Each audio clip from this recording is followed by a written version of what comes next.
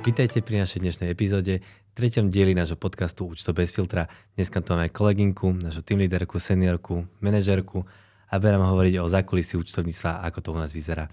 Miška, vítaj. Ďakujem za pozvanie. Prosím ťa, ja som si pripravil na teba pár otázok, teda je ich možno viac ako pár, ale ak by si mohla ukázať tvoj deň a povedať o ňom niečo viac, že ako by si opísala svoju prácu človeku, ktorý vôbec napríklad netuší, čo robí manažérka účtovnej spoločnosti. Starám sa o celkové fungovanie pobočky, čo znamená, že od spokojnosti klientov cez spokojnosť zamestnancov, fungovanie, organizáciu a všetky veci s tým spojené. Tak to je potom celkom viac, celkom dosť. Určite áno. A všetko stíhaš bez problémov. Áno, záleží, ako si samozrejme človek zorganizuje čas, ale vždy sa to dá zvládnuť. Keď si máš prejsť nejaký ten tvoj deň, tak čo všetko máš možno na tom bežnom stole, bežný pracovný deň, okrem teda toho chaosu, problémov, starostí? Samozrejme, vždy sa nájdú aj nejaké príjemnejšie veci na riešenie, ale v princípe moja práca dosť výrazne spočíva presne v tom, že riešim práve tie problémy, ktoré vzniknú, či už u nás vo firme, alebo teda aj mimo nej. A keby to máš zhodnotiť, tak čo je možno na tej tvojej práci najnáročnejšie? Možno z tvojho pohľadu, či už profesného, z klientského alebo súkromného? Určite je to v rámci teda profesného zostať v obraze, keďže všetci vieme, ako výrazne sa u nás mení legislatíva a stále vychádzajú nejaké nové zákony a podobne. Čiže určite v rámci vzdelávania je to veľmi náročná práca.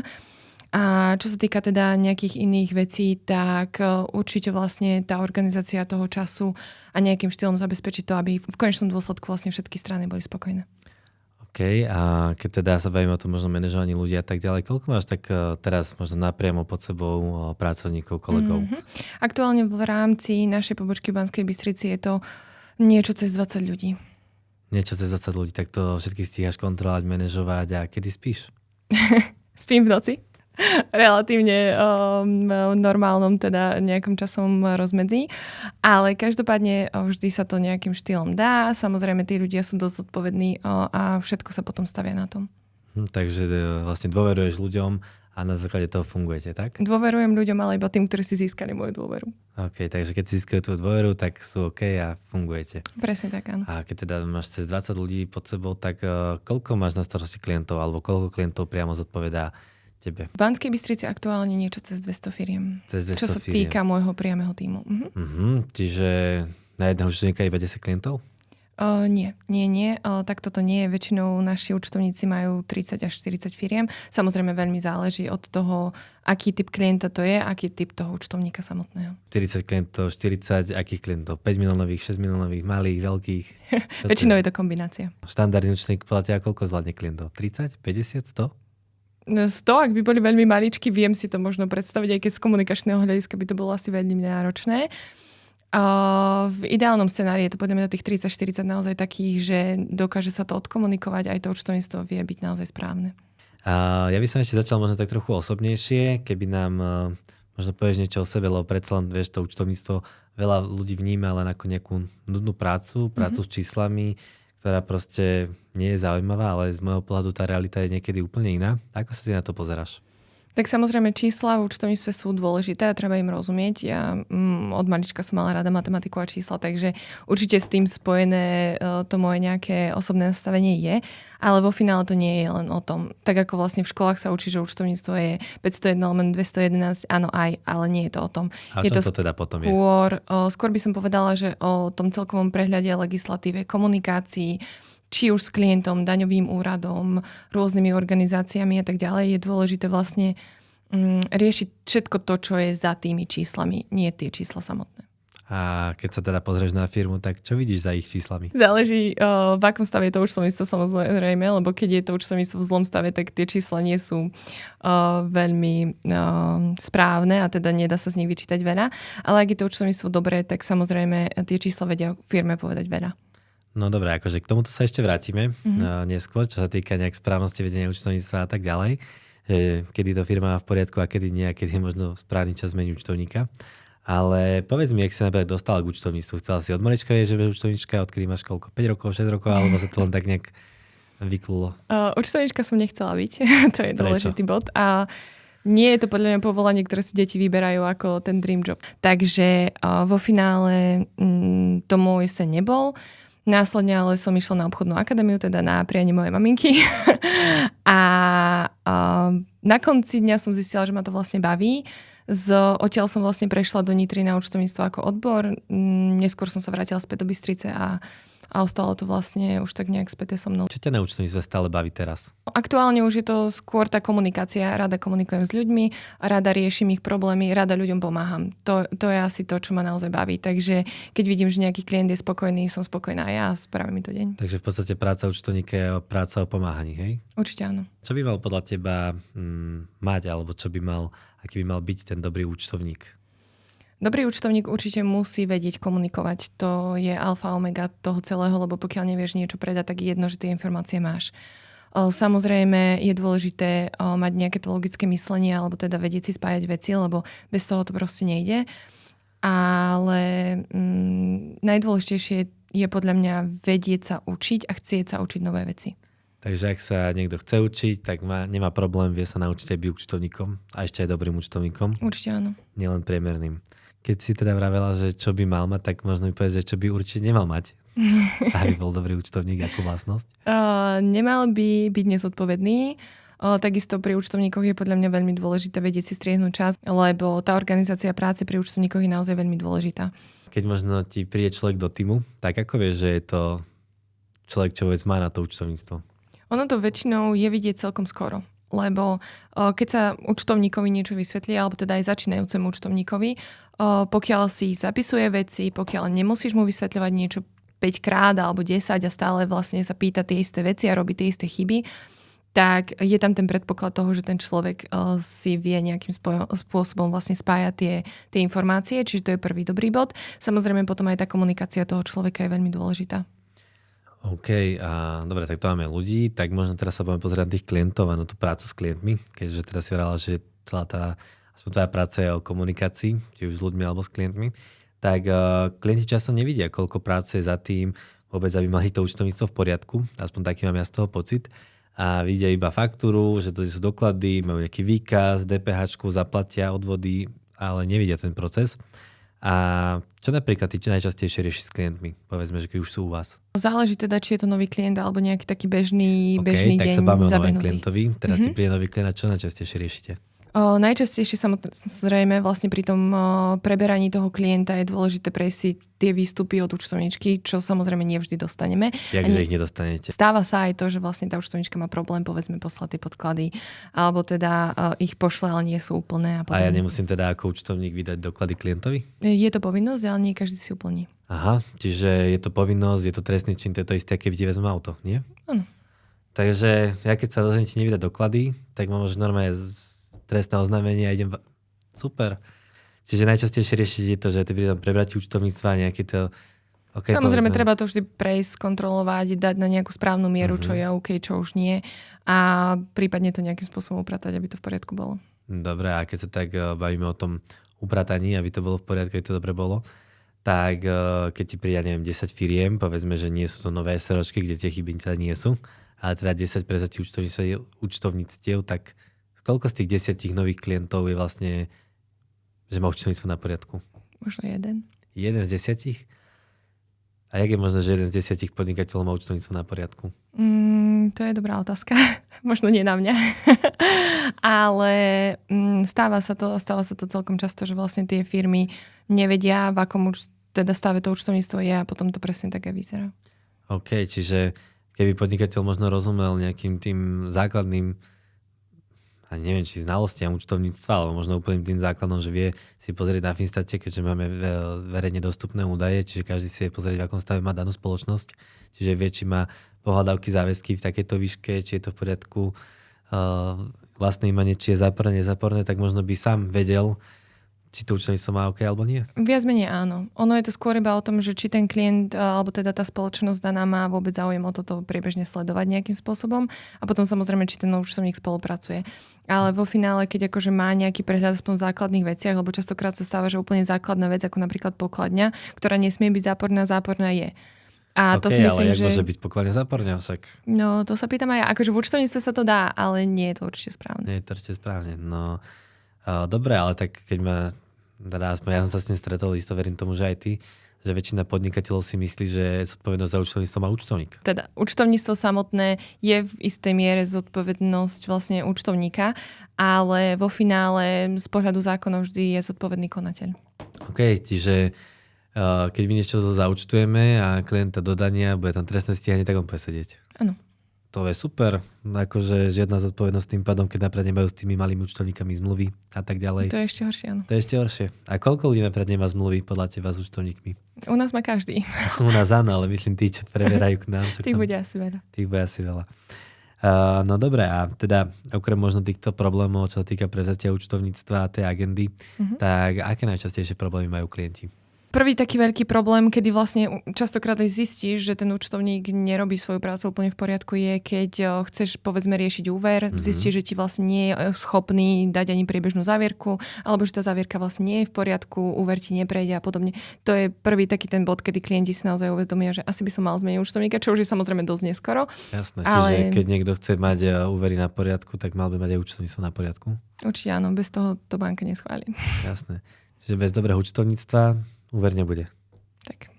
Možno tým pádom, že máš veľa stretnutí s tými klientmi, by sa dalo povedať, že mi vieš aj opísať rozdiel medzi klientom, čo keď už pôjde do dverí, že vie, že tento človek to má v poriadku, nastavené, bude to OK a to účtovníctvo bude 100% a medzi možno takým, čo to nemá tak dobre nastavené a príde proste s chaosom? Tak na prvý pohľad to nevidíš. A keď to zbadaš? Zbadaš to, keď uvidíš to účtovníctvo. Samozrejme, akože môže niekto vystupovať zodpovednejšie a niekto menej zodpovedne, ale vo finále to účtovníctvo je to o tom prístupe. Hej? Že keď ten človek dodáva doklady, keď chce spolupracovať, rieši veci, ktoré povedzme účtovníkovi nie sú jasné, lebo samozrejme vždy v účtovníctve môžu byť nejaké operácie, ktoré ty na prvý pohľad nerozoznáš, že je to to, čo to v skutočnosti je. Ale pokiaľ tá komunikácia je obojstranná a obe strany vlastne chcú, aby to bolo všetko v poriadku, tak vtedy to vlastne funguje úplne krásne. Samozrejme vždy sa nájde niekto, kto povedzme kašle na účtovníctvo, nedodáva doklady, rieši veci spätne. A koľko by ich bolo takýchto? Je ich dosť, stále ich podľa mňa dosť. Stále ich podľa teba dosť, takže zo 100 ľudí to koľko? Možno polovica. Polovica ľudí kašľa na svoje účtovníctvo? A prečo si myslíš, že to tak je? Ako berú účtovníctvo? Stále to je ako brané... také nutné zlo. Okay. Určite nutné zlo a hlavne myslia si, že venovať tomu čas je zbytočné a teda venujú sa skôr svojim povinnostiam, teda pracovným a tak ďalej, možno voľnému času a podobne. A to účtovníctvo je naozaj takéto posledné, že idem v noci poslať účtovníkovi faktúry, nech to mám z krku. A nie vždy potom vlastne ten výsledok je taký, aký by sme chceli, lebo aj účtovníctvo, keď sa rieši spätne, nerieši sa to priebežne, tak kto si spomenie, aký bloček tankoval proste v januári v roku 25, hej, nikto. Rozumiem. Takže v podstate by sa dalo povedať, že na polovičke rozbitých účtovníctiev môže za to daný klient, konateľ, že proste je nezodpovedný a na tej druhej čo? Môže za to účtovník? Že Určite áno. Čiže neschopní účtovníci kazia ekonomiku. Ako sa to vezme, ale áno. Čo by si možno povedala klientovi alebo možno nejakému podnikateľovi, ktorý nás teraz počúva a chce mať účtovníctvo na poriadku, bez stresu, tak čo by si mu poradila? Určite si to prejsť spolu s tou účtovníčkou, lebo za mňa je najmenej dať si nejaké stretnutie, ktoré trvá možno pol hodinu a naozaj si prejsť tie veci, či to, čo v tom účtovníctve je aj reálne. Lebo máš tam napríklad, ja neviem, záväzky a tie záväzky môžu byť úplne vymyslené nejaké akože veci, ktoré reálne neexistujú. Povedzme, stáva sa aj to, alebo sa stáva potom to, že ja neviem, máte tam nejakú faktúru, ktorá bola zaplatená už 3 roky dozadu, ona tam stále proste visí, hej. A tak štandardne by to mala byť pripočítateľná položka. Áno. A tí účtovníci to čo, neriešia? Nie. A prečo? Nevedia to? Je to dosť možné. Hlavne ostať informovaný a riešiť veci správne je dosť časovo náročné.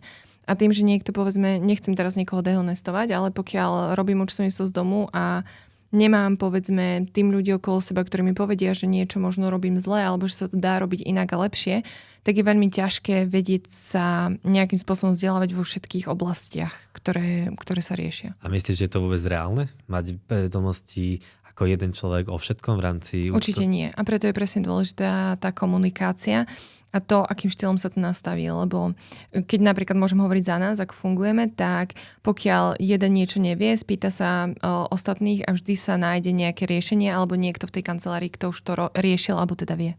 OK, takže jednou vetou, čo by si poradila podnikateľovi, ktorý chce mať účtovníctvo bez stresu?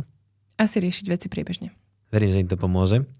A teda nie všetci musia mať tú zlú účtovníčku, aj keď teda je veľká šanca. Určite je veľké množstvo dobrých účtovníkov. Veľké? Hej? Ak beriem našu firmu, tak sme super a verím tomu, že existuje veľké množstvo ďalších firm, ktoré sú tiež. Paráda, tak budeme dúfať, že každý sa stretne iba s tým dobrým účtovníkom. Určite tak.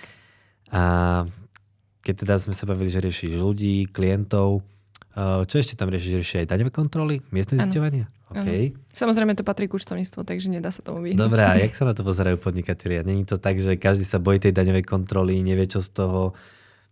Ako sa na to pozeráš ty, keď vlastne asi ich riešiš pravidelne, predpokladám? Tak ako to možno z pohľadu teba, ako prebieha tá daňová kontrola? Tak záleží, či ide o miestne zisťovanie alebo daňovú kontrolu. Počkaj, to je nejaký rozdiel? Miestne zisťovanie? Aha. Miestne zisťovanie väčšinou predchádza tej daňovej kontrole, čiže je to také menšie zlo, by som povedala, akože ak sa bavíme o zle ako takom. A tak obaja vieme, že tých miestnych zisťovaní bolo 26 000 minulý rok a daňových kontrol skoro 10 000, čiže dokopy takmer 35 000 daňových kontrol. Bolo to takto aj pred 5 rokmi, 10 rokmi? Alebo... Ja si myslím, že teraz ich stále býva viac a viac, lebo však štát potrebuje peniaze, takže niekde ich nájsť musí. Jasné, čiže štát nemá peniaze, tak ich bude dránkať od podnikateľov. Ale skús mi tak povedať možno, ako prebieha tá daňová kontrola z pohľadu teba, ako účtovničky. No, ak sa bavíme teda o daňovej kontrole, nemiestnom zisťovaní, tak väčšinou príde teda oznámenie o tom, že daňová kontrola bude vykonaná. Samozrejme, podnikateľ, pokiaľ neprevezme ešte to oznámenie, čo samozrejme nie vždy sa vie, ale pokiaľ ho neprevezme, ešte je možné robiť vlastne v rámci účtovníctva úpravy a opravy, ak vieme o niečom, že nebolo v poriadku. Aha, takže sa môže stať, že teraz príklad, daňová kontrola príde, alebo teda silne informovaná, ešte sa nič neprevzalo, tak čo zavoláš klientovi, že zdravím, máte všetko OK, lebo máme daňovú kontrolu? Áno. Dá sa to robiť aj takto. V prípade, ak teda už je prevzatý ten teda papier o tom, že kontrola bude vykonaná, tak samozrejme vždy je tam vypísané, čo všetko treba doložiť, akým štýlom a podobne. Vždy sa samozrejme dá dohodnúť aj s tou danou kontrolórkou na tom, ako budú doklady predkladané. Takže dá sa dohodnúť. Sú to ľudia stále, hej? S tým úplne súhlasím. Ja napríklad mám relatívne dobré skúsenosti s kontrolórmi ako takými. Tak skús mi povedať nejakú možno vtipnú historku alebo niečo z daňovej kontroly. Pár ich určite bolo. Jedna taká vtipná bola vlastne, keď sme riešili influencera ako takého a pani nevedeli vlastne pochopiť, čo ten influencer vlastne je. Takže 90% daňovej kontroly sme vysvetľovali, čo je jeho vlastne náplň práce. No a vo finále to skončilo vlastne tým, že si fotili jeho auto, lebo bolo veľmi pekné a tak. Takže stane sa hocičo, ale určite akože netreba mať z toho až taký veľký stres, lebo nie vždy to dopadne zle, hlavne keď vieme, že je všetko v poriadku. Jasne, takže keď máš dobrého účtovníka, ktorý si odvádza dobrú prácu, tak sa niečoho bať, lebo aj tá daňová kontrola bude v poriadku. Áno, ale samozrejme účtovník stále zodpovedá iba za to, čo reálne má doručené. Takže, To si ako myslela teraz? No, ak teda účtovník upozorní niekoho, že niečo nie je v poriadku a ten konateľ, povedzme si, stojí za tým, že to tam chce dať. Takže výrivka do nákladov nie?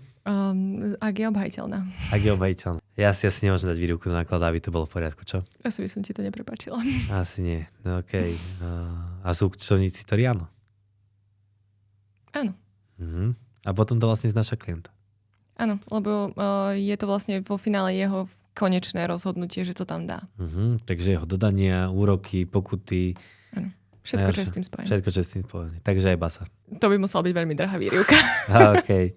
Čiže treba mať daňové kontroly paniku, alebo nie? Nie, ak je všetko v poriadku. Ak vieme, že v poriadku účtovníctvo nie je, tak z kontroly by som mala strach aj ja. Dobre. A ty máš strach kontroly? Nie, moja firma je v poriadku. Čiže okrem klientov, niečo, teda kontrol, máš na starosti aj teda tých našich ľudí. A ten v podstate úplne iný typ práce, než to štandardné účtovníctvo, že účtuješ ešte vôbec? Viac menej nie, samozrejme sú nejaké výnimky, kedy ešte účtujem a možno aj chcem účtovať, lebo však je dobre to nezabudnúť, ale účtujem veľmi málo. Naozaj to účtovníctvo z mojej práce tvorí možno 1%. Keď 1% tvorí účtovníctvo, tak asi zvyšok je to manažovanie ľudí. Ano. A možno z tvojho pohľadu, čo je asi najťažšie na vedení účtovníkov, ľudí, podriadených kolegov? Najťažšie je podľa mňa nájsť taký ten schodný nejaký systém, ktorý vyhovuje všetkým. Možno aj to teda, aby vlastne navzájom tí ľudia vedeli nejakým spôsobom fungovať, lebo každý sme iný, každý máme iné potreby a inak sa správame a niekedy je veľmi ťažké docieliť práve to, aby tí ľudia dokázali spolu fungovať bez nejakých väčších konfliktov. Čiže bývajú tam aj konflikty? A ako riešiš napríklad konflikty? Boli. Vo finále sa vždy nájde niekto, kto potom musí odísť. Okay. Aspoň staré skúsenosti tak hovoria. Ale samozrejme, ak sú to menšie konflikty, vždy sa to dá vyriešiť aj nejako inak. Ak sa bavíme o tom, že kto umie riad a v akom dátume, tak to sa samozrejme dá.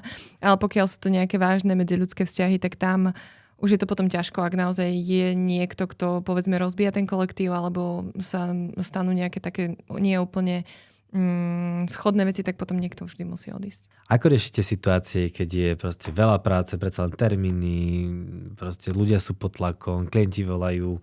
Ako to riešiš? Podľa mňa je dôležité zostať vždy s chladnou hlavou a nejakým pozitívnym nasadením, lebo aj keď toho občas je viac, ono to vždy prejde. Hej? Takže dôležité je vtedy iba zaťať sa a pracovať možno o pár hodín dlhšie, ale my v kancelárii máme vždy veľmi dobré vzťahy aj náladu ako takú, takže vlastne tam radi trávime čas a tým pádom sa to dá zvládať lepšie. Takže v práci radi trávite čas. Áno. Myslíte, že to môže povedať veľa Slovakov? Dúfam. Dúfaš, OK. A čo potrebuje napríklad taký ten, povedzme, že juniorný človek alebo junior účtovník, keď aby sa z neho stal proste samostatný účtovník, nech je plnohodnotný, kvalitný a šikovný? Odvaha. Odvaha. Potrebuje odvahu na to, aby sa dokázal vlastne nejakým spôsobom preklenúť z toho, povedzme, nahadzovača dokladu alebo nejakého takého ako keby mechanického spracovača, áno, až na človeka, ktorý je schopný sa sám zamyslieť nad vecami a riešiť ich, lebo... A zvládne to každý? Každý sa zvládne zamýšľať nad vecami? Určite áno. Niektorí potrebujú možno trošku viacej pritlačiť, ale ja si myslím, že by to mal zvládnuť každý. Čiže účtovníctvo môže robiť každý? Každý, kto chce a má dostatok vedomostí. Takže každý, kto na to má? Áno. OK. A ako spoznáš, že ten človek má daný potenciál na to vyrásť, aby kvázi mal na to robiť účtovníctvo a nielen mechanicky účtovať? Ja myslím, že už čiastočne sme tieto témy vlastne prešli. Že naozaj ten človek musí byť zodpovedný a musí chcieť a vedieť sa učiť nové veci. To je určite alfa omega, ale samozrejme potom je to aj o takom tom nejakom vnútornom nastavení, že ten človek proste musí vedieť, čo chce. A ak sa naozaj chce venovať účtovníctvu, tak podľa mňa to zvládnu. OK, čiže účtovníctvo je kontinuálne vzdelávanie. Áno, treba sa zmieriť s tým, že dátumy a vzdelávanie ostane navždy. Navždy. Keď teda tam máš nejakých 8-9 ľudí v rámci týmu, tak asi sú to rôzne osôbky, tak aké vlastnosti v rámci toho účtovného týmu sú podľa teba najdôležitejšie? Ak sa bavíme o týme ako takom, tak určite musia vedieť všetci spolupracovať navzájom. To je veľmi dôležité. Zároveň občas treba vedieť aj trošku ustúpiť alebo nejakým spôsobom sa prispôsobiť. Ak sa bavíme teda iba o týme a nie Ako by si hodnotila svoj tým? Môj tým veľmi pozitívne. Veľmi pozitívne, hej? Takže fungujete, ustupujete si. Áno. Ja si myslím, že naozaj fungujeme teraz v poslednú dobu veľmi dobre. Bola doba, kedy ste nefungovali? Áno. Ale vždy sú lepšie, horšie dni a lepšie, horšie časy. To si treba uvedomiť, takže...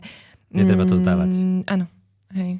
A vždy hlavne sa treba snažiť nájsť nejakú takú tú cestu, kedy budú spokojní všetci. Samozrejme, nedá sa to na 100%, hej. Vždy je tam niečo, ale ja si myslím, že tá komunikácia je naozaj základ. Čo napríklad robíš, keď príde možno problém alebo chyba, prípadne nespokojný klient? Ako riešiš túto situáciu? No, vždy sa najskôr snažím zistiť dôvod prečo. A teda z ktorej strany je niekto nespokojný. Ak je to zamestnanie, samozrejme, rieši sa to inak. Máš nespokojných zamestnancov? Boli aj také chvíle. Ale ak teda sa bavíme späť teda k téme, tak vždy sa snažím teda prísť na to, čo je ten problém a potom hľadáme riešenia, akým spôsobom to dokážeme spraviť tak, aby vlastne všetci boli spokojní. Či už vlastne aj zo strany klienta napríklad, keď je nejaký problém, tak vždy treba prísť najskôr na to, čo je ten problém a kde vznikol a potom samozrejme to vieme riešiť. OK, čiže snažíš sa vždy tak spraviť, aby klient bol spokojný a zároveň, aby to bolo aj v rámci legislatívy úplne v poriadku. Áno, a zároveň musíme byť spokojní aj my. Možno by sa dalo povedať, že to zákulisie tej účtovnej firmy je také skryté, alebo mnoho ľudí si myslí, že tá účtovná firma len spracováva doklady, ale v skutočnosti je to asi o veľa procesoch, nie? Veď máte veľa ľudí, veľa juniorov, samostatných, seniorov a tak ďalej. Čiže kontrola kvality, zodpovednosť, komunikácia, všetko si to tu opísala. A čo podľa teba musí napríklad fungovať v tej našej firme alebo aj v inej firme, prípadne čo by malo fungovať v tej ideálnej firme, aby klient dostal dobrú kvalitnú službu? Určite tá štruktúra a musia byť jasne určené zodpovednosti. Na tomto podľa mňa pohorí ktokoľvek, kto to nemá nastavené, lebo pokiaľ človek za niečo nie je vo finále zodpovedný, tak to nerieši. Čiže od junior účtovníka až po mňa alebo teba vždy je potrebné podľa mňa mať jasne určené, kto je a do akej miery za čo zodpovedný. Takže zodpovednosť. A nemáš pocit, že Slováci sa radi vyhýbajú zodpovednosti? Áno, určite áno, ale podľa mňa to je taký ten typický ľudský inštinkt, že pokiaľ človek má nejakú zodpovednosť, samozrejme už je to tlak, je to stres, je to niečo, takže určite to dáva zmysel, ale pokiaľ človek zodpovednosť nemá, tak tá práca nikdy nebude spravená tak kvalitne. A ako napríklad kontroluješ kvalitu práce? Záleží, či sa bavíme teda o nejakom junior účtovníkovi, senior účtovníkovi a podobne. Pokiaľ ide o juniorov, samozrejme treba po nich prechádzať úplne všetko od A po Z, čo zaúčtujú, ako spracujú, ako to založia, alebo stáva sa, že ešte aj tie šanóny sú založené naopak alebo podobne. Niekto založiť šanón naopak? Áno, a nestalo sa nám to raz, takže áno. Taký človek asi u nás neostane, nie? Nie, ak to nezmení. Nejak to nezmení, okay. Ale to je také keby to kontrolovanie toho junior účtovníka, ktorý je úplne na začiatku. Pri senior účtovníkoch samozrejme, keď si ten človek vybuduje nejakú dôveru a kvalitu práce, tak už nevidím dôvod, prečo by som mala po ňom listovať každý doklad alebo teda kontrolovať, či je niečo na správnom účte. Tam už skôr potom je dôležitá taká tá kontrola z väčšieho spektra, povedzme, že skontrolujem po ňom len súvahu alebo teda nejaký priebežný report v rámci firiem, dáme si nejaké stretnutie alebo teda sedenie ohľadom toho, či má nejaký problém, snažíme sa to riešiť a priebežne to potom vlastne pozeráme, ale nie tak podrobne ako po tých junioroch. Vlastne máš to pod kontrolou, vieš, čo sa deje. Áno. Obdobie účtovníkov, veľa ľudí sa na to pozerá, takže majú len 31.3, podajú daňové priznania, účtovné závierky a pokoj, už nič neriešia. Je to naozaj tak? Vôbec to podľa mňa tak nie je, aspoň teda u nás v spoločnosti. Do 31.3. samozrejme podávajú sa závierky, ale veľa sa ich podávajú do 36. kvôli odkladom. A následne samozrejme 39. prípadne potom tie kontrolné veci, lebo však to, že podáme závierku, neznamená, že potom ďalší rok tú firmu neriešime. Čiže je veľmi dôležité podľa mňa. A aké dátumy tam ešte máš povinnosti v rámci tých období? Dátumov je strašne veľa. Samozrejme, pokiaľ sa bavíme o mzdách, tak riešime teda dátum, kedy sú povedzme vyplácané mzdy zamestnancom, čiže dôležité potom aj podávať výkazy k tomuto dátumu, prípadne potom daňové priznanie, vlastne daň z pridanej hodnoty, čiže to je zase 25. každý mesiac. Rovnako tak bývajú napríklad rôzne štatistiky, ktoré samozrejme každý klient môže mať potom zvlášť dátum, keďže to priraďuje štatistický úrad. A rôzne ďalšie. Takže súhrnné výkazy, zrážkové dane, je toho naozaj daň z veľa. finančných transakcií, taká daň, oznámenie o kúpení auta. Čiže v podstate len vyplňaš formuláre a odosielaš. Áno. Non-stop. Non-stop nie, ale býva toho veľa. OK. A čo by možno klienti ocenili viac, keby videli, že čo sa deje za oponou? Podľa mňa presne takéto ako keby pracné spracovanie, povedzme, že niekto vidí, že OK, nahodili ste nám doklady, je podaná DPH, vybavené. Ale naozaj to, že napríklad niekto nám donesie úplne rozbombardovanú firmu a my ju dávame dokopy bez toho, aby oni o tom vôbec vedeli častokrát, lebo naozaj do tých účtovníctiev oni možno nevidia až tak.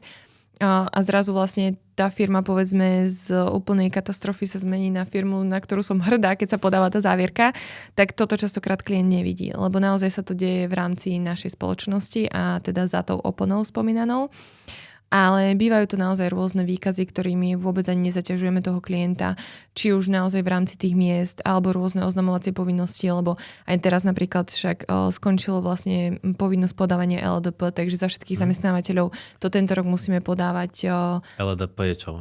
Evidenčný list dôchodkového poistenia, už sa nebude musieť podávať. To je vlastne tá prognoza, čo každému prišla, že o 45 rokov, keď skončíme a budeme mať 75, tak pôjdeme na dôchodok a budeme mať 200 €.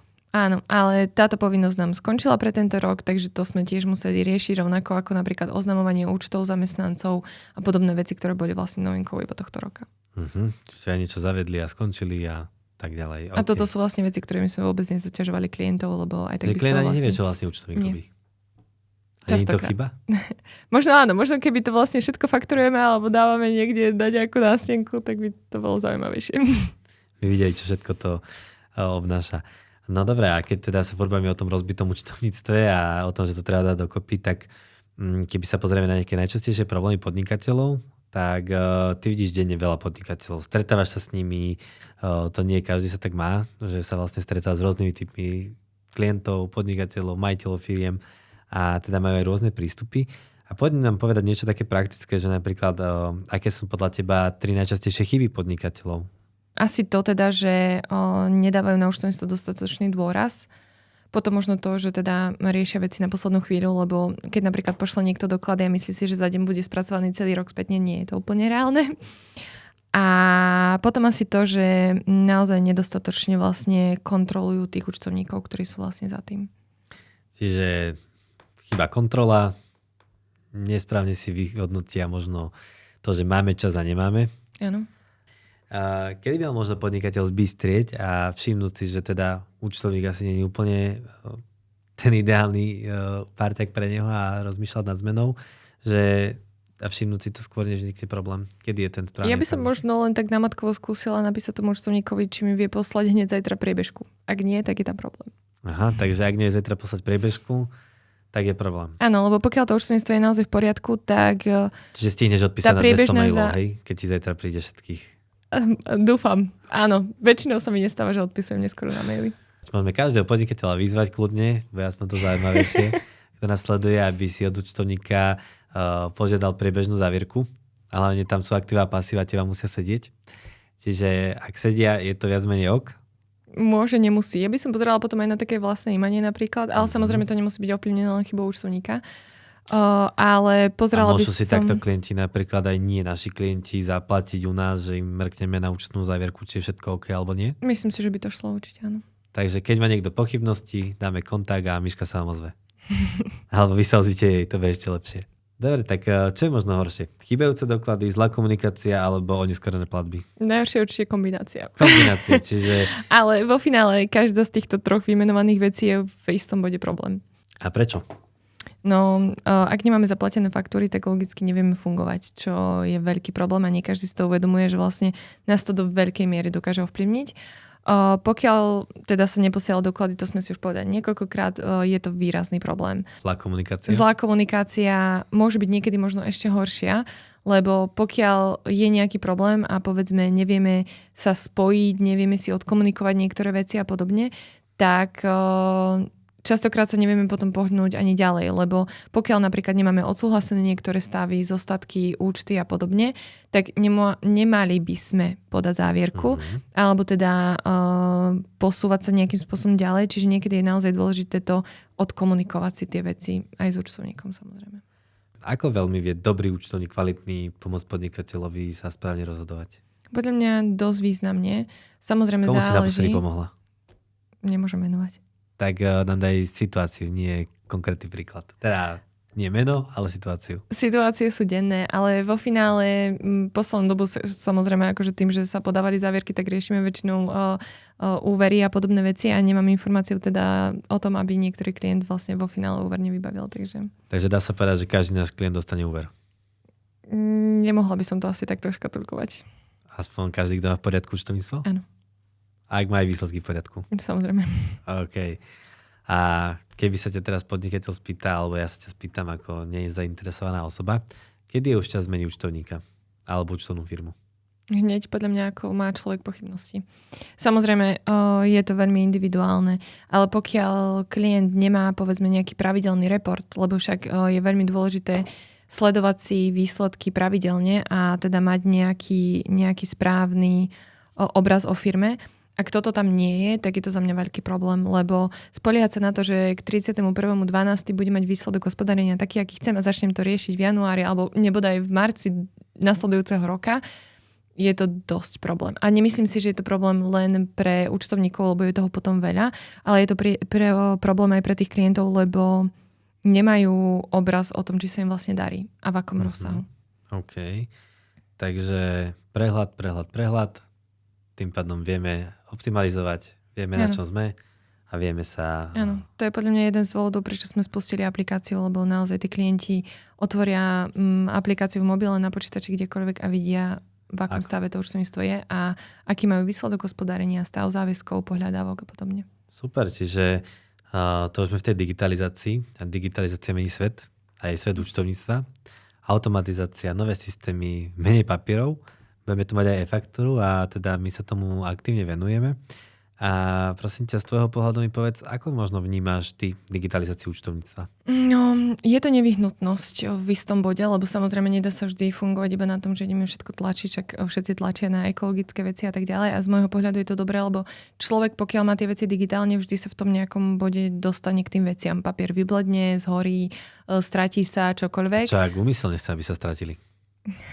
To už je potom iná inú debatu a inú tému.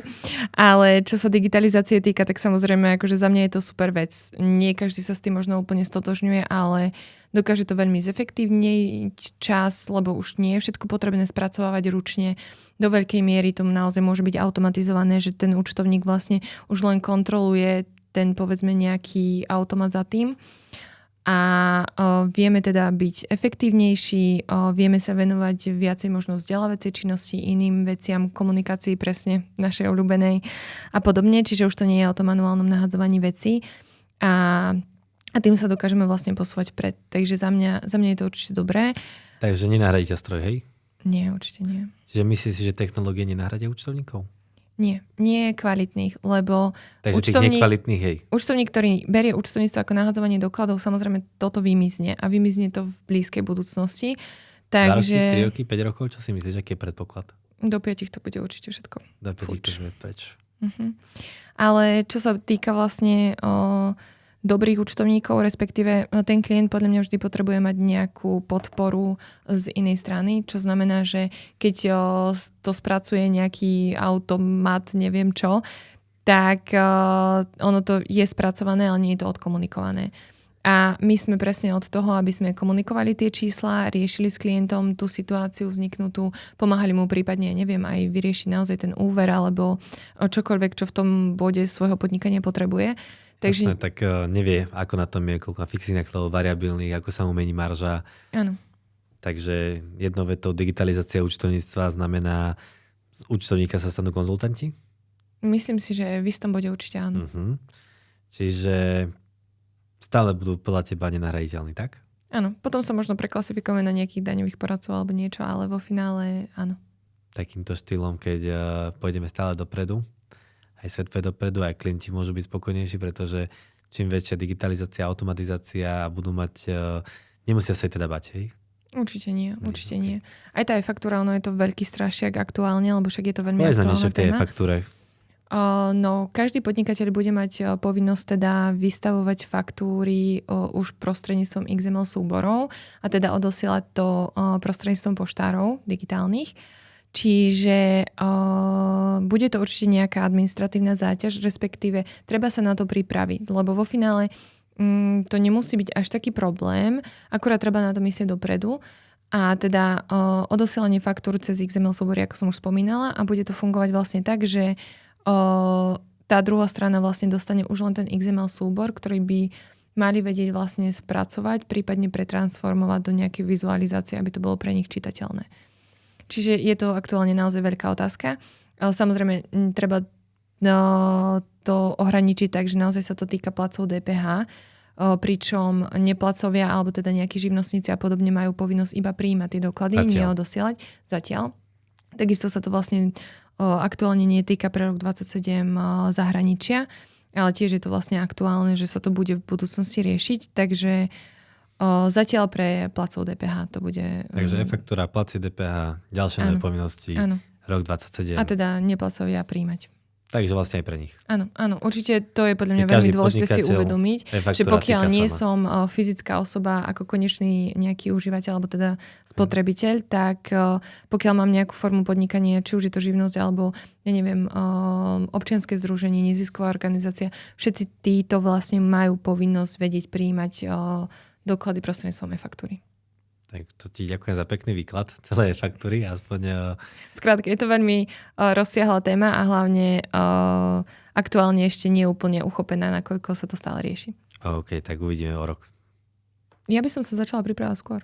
Takže už teraz? Koncom roka tohto minimálne. Dobre. Aby sme od prvý píšťali. Áno. Ideálne naozaj už teraz by sa mal vlastne spúšťať tento mesiac testovací projekt, respektíve už by to malo byť testovateľné. A niektoré programy, napríklad aj Pohoda, v ktorej pracujeme, tak vlastne má už v procese spúšťania digitálneho poštára, čiže už by sme mali vedieť si to vlastne nejakým spôsobom otestovať a vyskúšať. Čiže určite minimálne každému odporúčam si prezistiť, keď fakturujú v nejakom systéme, či má táto platforma vlastne možnosť využívať toho vlastne digitálneho poštára. A myslíš, že budú mať všetky platformy túto možnosť? Nemyslím si, zatiaľ ich 24 schválených. 24? Však ja ich poznal si 50, cez ktoré sa dá fakturovať. No, fakturovať áno, ale digitálny poštár tam byť nemusí. Takže možno budú musieť všetci zmeniť fakturačný systém. Je to dosť možné. Možno by ma ešte zaujímal taký ten tvoj osobný pohľad, možno jak sa vnímaš na túto prácu, jak sa na ňu pozeráš, čo to pre teba znamená. A teda keď denne riešiš problémy, termíny, klientov, stres, všetko, čo ťa najviac stresuje na tejto práci? Najviac ma stresuje, keď mám pocit, že nestíham. Ale to je asi to, no.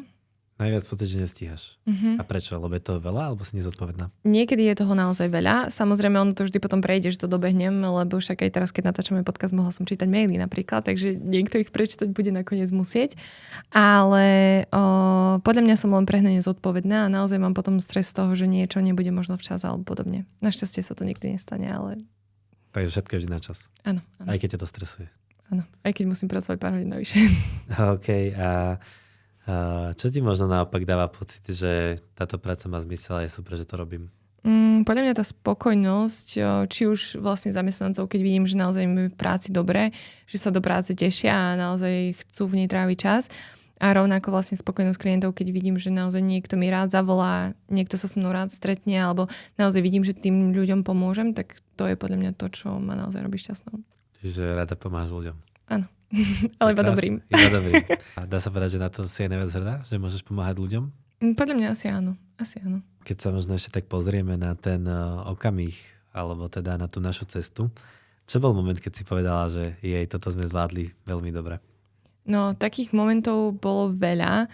Ja tým, že vlastne som tu viac menej od začiatku a teda zažila som časy, keď sme boli 4, tak podľa mňa už cez 50. Ale nemám to spočítané. Takže 4 a 50 to je celkom je to dosť posun a boli časy, keď to bolo naozaj stresujúce, ale naozaj za každým, keď sa nám podarí otvoriť novú pobočku alebo teda rozraz nejakým spôsobom náš tým, tak som vždy milo prekvapená, že to stále beží a funguje. Dobre, takže keby máš opísať jednu situáciu, ktorú si povieš, že tak toto sme fakt zvládli, čo to bude? Podľa mňa obdobie, keď naozaj nám odišli ľudia, ktorí nás povedzme dosť významne zasiahli, akože čo sa časového nejakého spracovania týka, lebo nie vždy človek počíta s tým, že niekto samozrejme odíde alebo podobne. Čiže keď sme naozaj sa všetci zaťali ako kolektív, pracovali sme každý niekoľkonásobne viac ako štandardne a naozaj vo finále sme potom všetko stihli a v tom bode som si povedala, že OK, že to sme naozaj zvládli a som na nás hrdá. To je milé, že teda všetci sa zomkli, zvládli aj niečo za ostatných. Podľa mňa málo kde naozaj sú ľudia teda ochotní spraviť pre prácu toľko. A myslíš, že naši ľudia robia? Podľa mňa robia viac, ako by mali. Alebo teda podľa mňa chcú robiť viac, ako musia. To je pekne povedané. A čo by si možno odkázala mladým ľuďom, alebo teda možno mladým účtovníkom, ktorí ešte len začínajú? Nebáť sa toho účtovníctva. Ono to v skutočnosti nie je také hrozné, ako to prezentujú tí učitelia v školách. Takže nie je to taký strašiak. Tak. Je to zábavná práca, ktorá nás baví.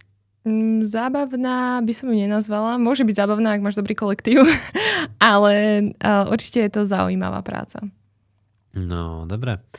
A je to tá zaujímavá práca, teba to baví. Stále sa nám podarí nájsť ďalších ľudí, ktorých to baví? Áno. Čiže isto sú to aj ľudia, ktorých to tiež baví? Alebo ktorí možno len nevedia o tom, že ich to bude baviť. Aj to je dobré. Treba skúsiť. Takže treba skúšať veci. Dobre, a keby to tak máme na záver povedať, tak čo by si najprv chcela, aby teda klienti chápali viac o účtovníctve? Asi to, že sa ten človek v rámci účtovníctva naozaj snaží a že pokiaľ napríklad niečo nevieme a potrebujeme to prezistiť, tak naozaj tá daňová oblasť alebo akákoľvek iná oblasť je tak rozsiahla, že občas nemôžeme vedieť všetko z hlavy. Takže to občas treba pochopiť. A rovnako tak to, že keď napríklad potrebuje niekto riešiť naozaj na poslednú chvíľu, tak my ten čas máme rozložený tak, že nie vždy sa tá chvíľa nájde.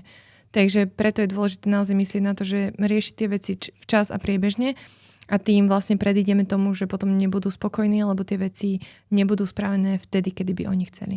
Uh-huh. A keď sa teda tak pozerám a počúvam to, tak čo, vzťah s klientom máš dobrý, zlý? Aké máš vzťahy s klientmi? Ja by som hodnotila, že veľmi dobré. Akože dúfam, že to tak berú aj tí klienti, ale ja by som to hodnotila veľmi pozitívne. Takže biznis je o vzťahoch. Áno.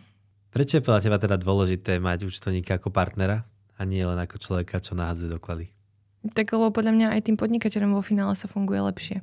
Keď vedia, že sa na niekoho môžu obrátiť, môžu nám zavolať, opýtať sa na veci, ktorým možno by nerozumeli, alebo možno by len trávili hodiny času s zisťovaním tých informácií. Čiže za mňa je to super vedieť, že máme dobrého účtovníka a že teda my naozaj sme vždy ochotní poradiť a pomôcť. Takže nevidím dôvod, prečo by niekto, povedzme, nám nechcel volať alebo nechcel s nami komunikovať. A to je podľa mňa to dôležité, čo dáva zmysel. No dobre, takže takto si to pekne povedala. Čiže vzťahy s klientmi máš dobre, teda dúfame. Keď nie, tak zistíme. Z mojej strany sú. A skús mi teda ešte, ak by si možno divákom alebo poslucháčom na záver niečo chcela odkázať, povedať, skús tak zhrnúť. No, netreba sa určite báť účtovníctva ako takého a treba byť zodpovedný, snažiť sa mať veci vždy spravené v čo najlepšom, teda nejakom rozsahu. Super, Miška, ďakujem ti veľmi pekne, že si tu teda so mnou prišla a mohli sme to natočiť, aby sme trošku aj to naše zákulisie firmy ukázali klientom, že to účtovníctvo nie je len také, ale len o tom spracovaní dokladov, ale nech vidia, že teda je tam aj iná starosť a iné starosti. A teda, že to nie je len v tých číslach, ale je to hlavne o tej zodpovednosti, dôvere a možno komunikácii a schopnosti riešiť ich problémy, aj keď možno o nich nevedia. Prípadne možno ani nevedia, že im to vieme riešiť a ako si vravela. Ale vždy treba sa ozvať, lebo nie každý vie napríklad, že im vieme pomôcť aj s financiami, čo sa týka vlastne naozaj riešenia nejakých úverov a podobne, ale aj to sa dá, takže treba sa ozvať. Treba sa ozvať. Takže keď vás niečo trápi a ste náhodou našim klientom, kľudne sa Miške ozvite, očividne vie vyriešiť všetko. Nemusí to byť len mne, ktorémukoľvek kolegovi. Tak teda, Miška, ďakujem ti a na záver, keď máš odkázať niečo našim poslucháčom, divákom, čo by to bolo? Asi to, nech všetci ostanú pozitívni, teda nech sa neboja digitalizácie ako takej, keďže aj tu sme dneska riešili. A samozrejme teda je dôležité mať vždy aktuálny prehľad a ideálne vlastne v čo najkratšom možnom čase. Takže určite, ak nemáte aktuálne prehľady alebo teda priebežné, tak treba to riešiť. To je taká menšia reklama na záver, ale ďakujem ti ešte raz veľmi pekne, že si našla čas a teda obetoval svoj pracovný čas na úkor toho, aby sme trošku tú našu prácu a to, čo ty robíš, ukázali aj klientom a divákom. Možno sa niekto bude inšpirovať, bude chcieť byť tvojim novým kolegom alebo klientom. A teda dnešný rozhovor mi, aspoň z môjho pohľadu, nám ukázal, že to účtovníctvo nie je len o číslach a daňových priznaniach, ale je to zodpovednosti, dôvere, komunikácia, schopnosť riešiť problémy, možno aj také, než teda klienti vedia, že to sú problémy. A teda, aby teda zistili, že sa môžu na nás obrátiť skoro v každej oblasti. Určite áno. Takže ak máte nejaký problém alebo niečo, kľudne nás kontaktujte, radi vám pomôžeme a zároveň nás neprestávajte sledovať, bude tých dielov ešte viac. Ďakujem. Ďakujem aj ja.